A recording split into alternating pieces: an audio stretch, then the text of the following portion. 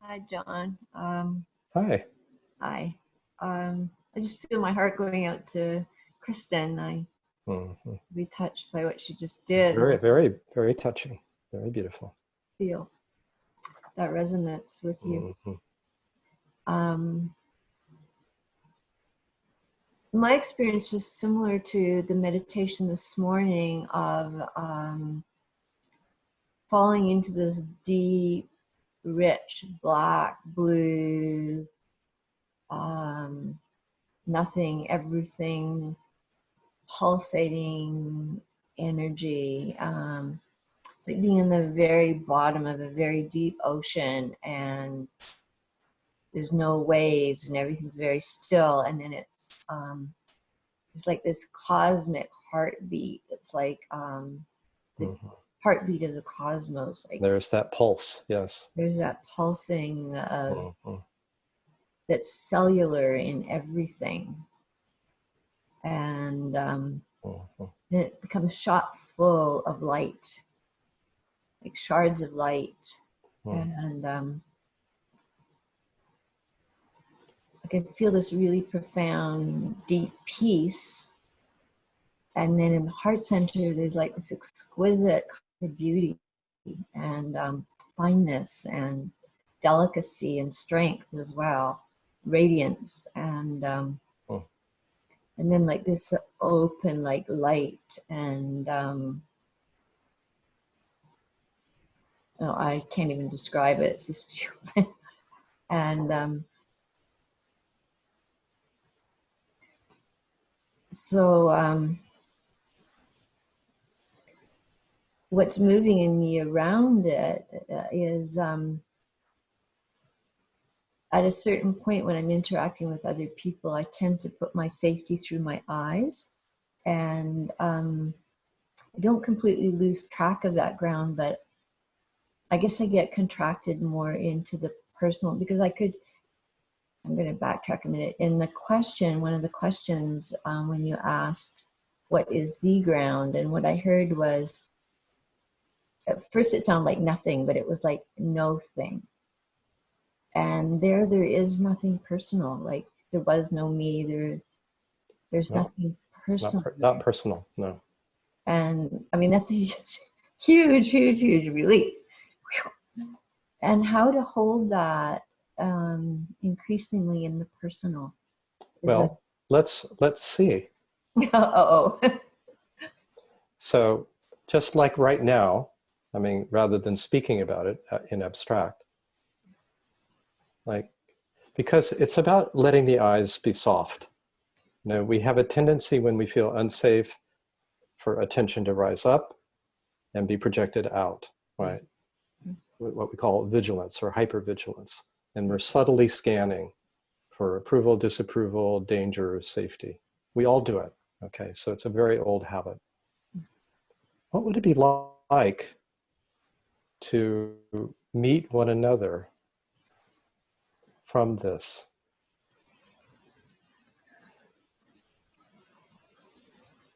So we're not leaving ourself. So the gaze is soft.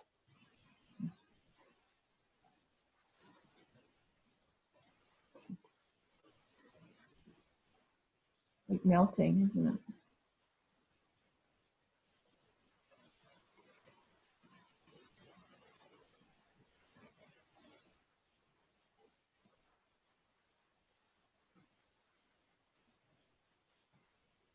Like I can feel you completely energetically, Exactly. and it has nothing to do with the eyes. Correct. It's beautiful. It is, isn't it? Mm-hmm. So subtle and yet so unique. Very Mm-hmm. fun. Mm-hmm. So we learn that there are other ways of meeting, right? From the inside. We learn that we don't have to leave ourselves to meet another. In fact, we can't meet another if we leave ourselves. There's the irony, isn't it? This is so ironic, right? Right? Like, oh my God. Yeah. Yeah, I know this place as a therapist. I Mm-hmm. live it personally, and Yeah. so just to feel it with you, where I can anchor that feeling. Yeah. And return is, it feels like a precious gift. It is, yeah. And so we actually learn to operate from here. We give ourselves permission to, we notice and we don't, and that becomes our reminder to come home. What's it like to meet from this intimate, impersonal ground and heart of being? It's the sweetest thing. It is. It is. And it's so safe. It's so safe. It's utterly safe, and it's utterly intimate. This is interesting. I mean, often we think about intimacy in terms of physical closeness or sexuality. That's a form of it, but this is a form that really is essential. Yeah. It's like the intimacy of the 10,000 things that Raja talks about a lot with Dogen. Yeah. It's like I can feel it. So it's real because I can feel it. Yeah, that's right. This is the Dogen's formulation. The 10,000 things means everything. Intimacy with everything. Yeah. So we come home to our ground and our deep heart and our deep ground, right? Which is not personal and so utterly full of love and truth and communion. It sure is. It is. That's a missing piece for me. I feel such gratitude for that, John. Thank you. You're welcome. Thank you.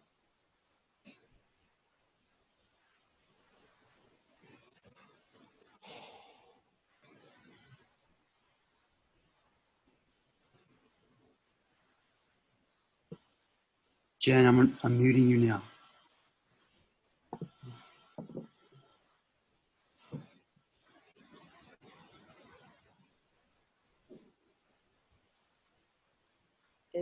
Am I up? Yes. Oh, sorry, I didn't hear me. Is it Jen? Yeah, Jen. Yeah. Hi. My question is maybe a little more sutric and tantric. I would say that what I experienced, my ground would be, the sense of awareness, aware of itself, a deep feeling of the secret heart cave, and that well of compassion that lives there, that's not personal. And listening to other people, I'm hearing such beautiful insight and people feeling really in touch with that somatic experience within them of that awareness. And I'm just curious about the integration part of that, like your perspective on that. Because I hear a little bit of a sense of like, oh, well, in this format, in this retreat, I can access this, but then what do I do when I'm not in this format, right? So I'm just curious if you could speak to that a little bit. Just curious about your wisdom about that.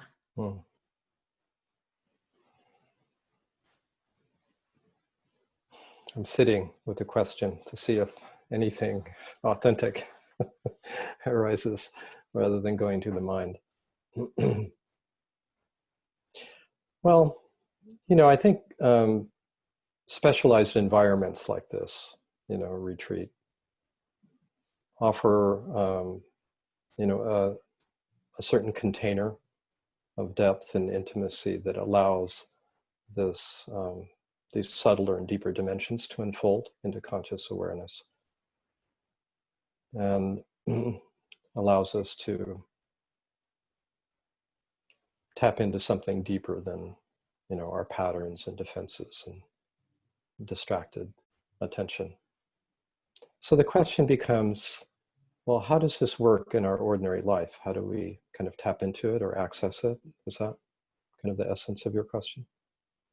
Yeah, I think that the alchemical process. It is alchemical. That is to say, there's something mysterious. We provide a container and certain ingredients, and we get worked on. We kind of cook, and often below the level of conscious awareness, and sometimes uncomfortably. And sometimes there's a process of turbulence and dissolution. There's an alchemical term, dissolution, right? You know, we enter into darkness and things fall apart, and we don't know what's going on. But I think as our understanding clarifies, we trust the process, and we also attend to it. That is to say, we give it space. And how we do that is very individuated, you know, very different for different people. It could be a walk in the forest. It could be authentic movement. It could be quiet sitting. It could be listening to music. It could be whatever, sitting, inquiring. But there's a way of being with our experience that I've been hopefully pointing to and perhaps modeling a little bit, which is to welcome whatever it is from this openness. And the more resourced we are, that is to say, the more we can tap into being aware of this awareness, into the hidden cave, heart cave of compassion.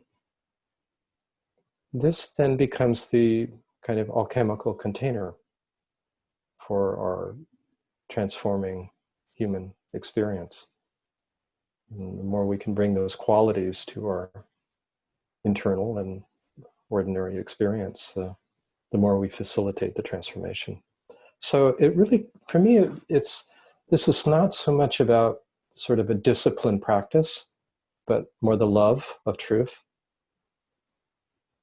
and how we want to express that, like what's most important in our lives, and dedicating some time and attention to that. Thank you. Yeah, I think it's just important to remember that and hear that in the context of having an experience or getting in touch with certain aspects of being for the first time, that it's a continuing wave-like process it's not necessarily only in certain moments. It's absolutely. This is available all the time. Okay. And the process of transformation is open-ended too. So we get over trying to be a completely purified, perfect vehicle.